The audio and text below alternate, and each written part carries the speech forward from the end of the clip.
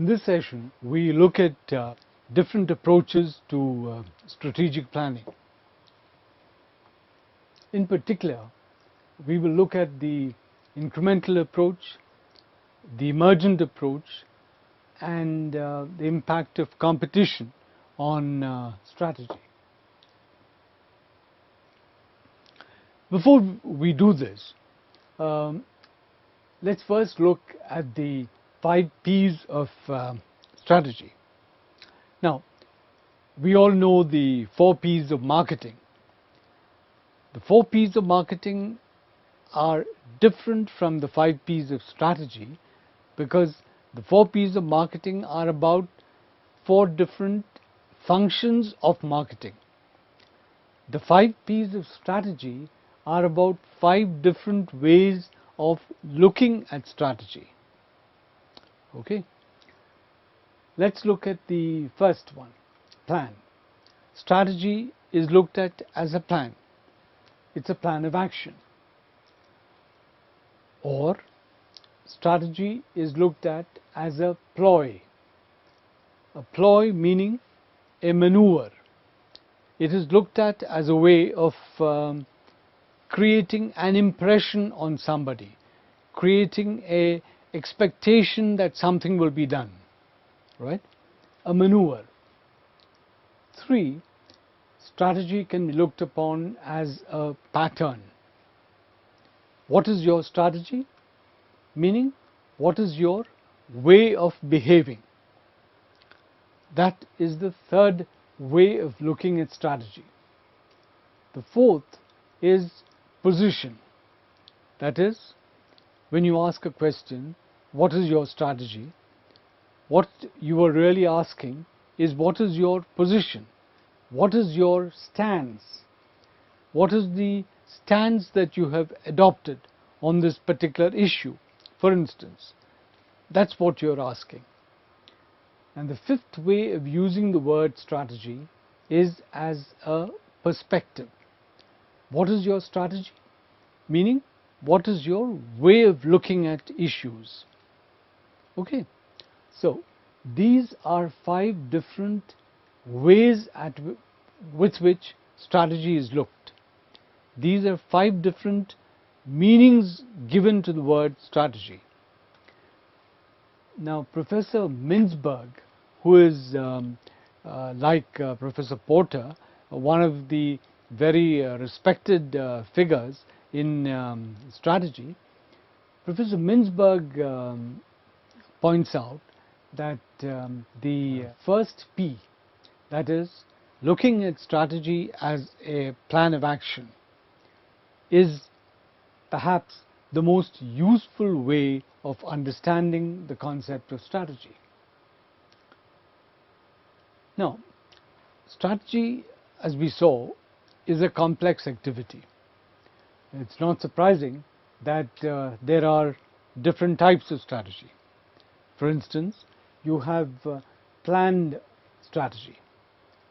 Now, planned strategy is documented strategy. It's imposed from the top. It's strategy which has been documented by a small group of people and has been imposed from the top. Then you have entrepreneurial strategy. This is very typical in the case of organizations which are in the process of growing up, when the first entrepreneur is actively involved in management of the organization. The entrepreneur has a lot of assumptions, and he has a lot of strategic pointers in his mind. However, these are not made explicit. So, entrepreneurial strategy is very different from planned strategy. And then you have ideological strategy. See, ideological strategy is a company strategy which is based on shared values. Perhaps the best example for this in the Indian context is Infosys. See, Infosys was set up by 6 people who were not related to each other, they were people who had worked together, they were people who had certain shared values.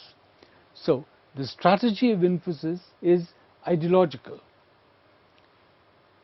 Then you have disconnected strategy. This unfortunately is very common in industry.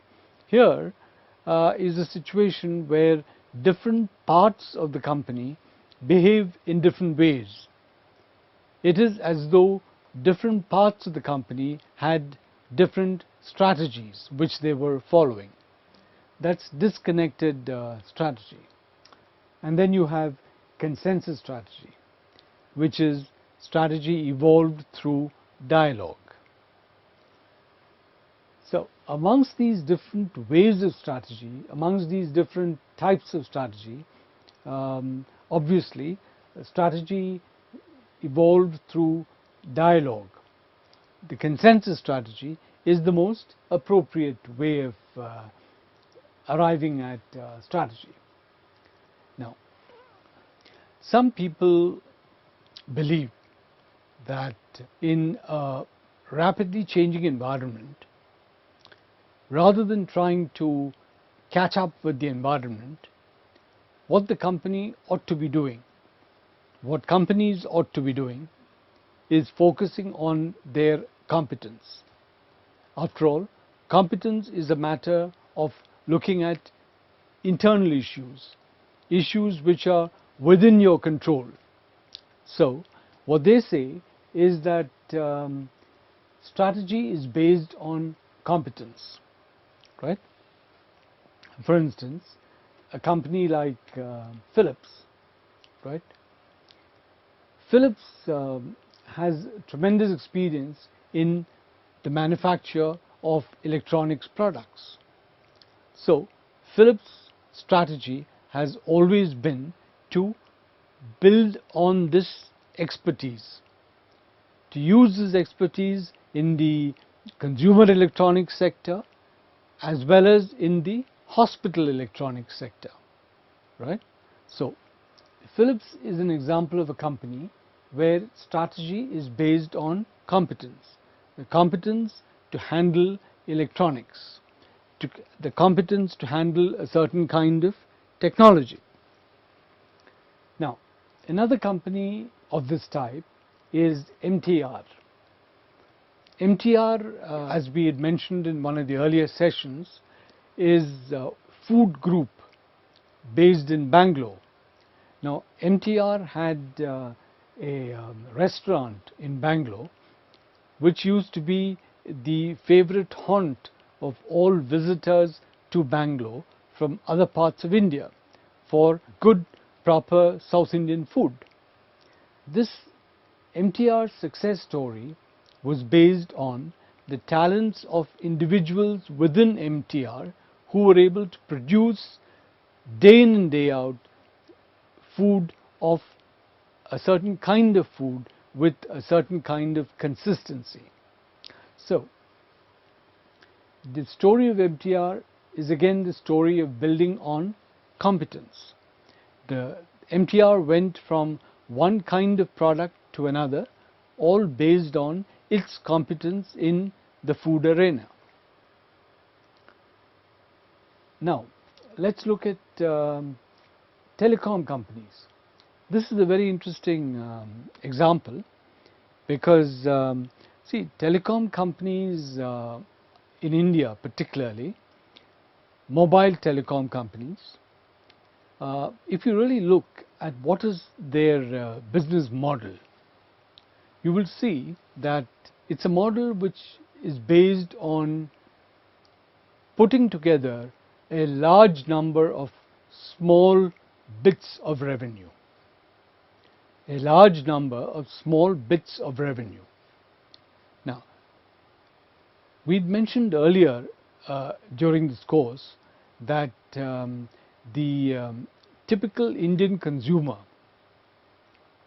tends to be very cost conscious, and what is called ARPU, that is ARPU, average revenue per user, the average revenue per user of a telecom handset in India is very low. Therefore, a telecom company can prosper only by having a business model which allows it to effectively, efficiently, economically manage the collection of large bits of small cash and put it together. This expertise which the telecom companies have gathered can be put to good use when it comes to mobile banking, particularly mobile banking in the rural areas. Now, what is mobile banking? Mobile banking is giving the consumer an opportunity to draw funds and to transfer funds using his mobile. Typically, in the rural areas where mobile banking would have the most advantage, because bank branches are few and far between in the rural areas. Therefore, mobile banking would empower, would liberate a large number of potential consumers and draw them into the economy. In rural areas, they would be using this mobile banking to transfer small amounts of money at any given point in time. So, the ability to handle small transfers, the ability to handle small bits of money, which the Indian telecom companies have demonstrated over the last 10 years, this ability will stand them in good stead in mobile banking. And that's the reason why some of the largest Indian mobile telecom companies are now actively negotiating with the government to move into the area of mobile banking.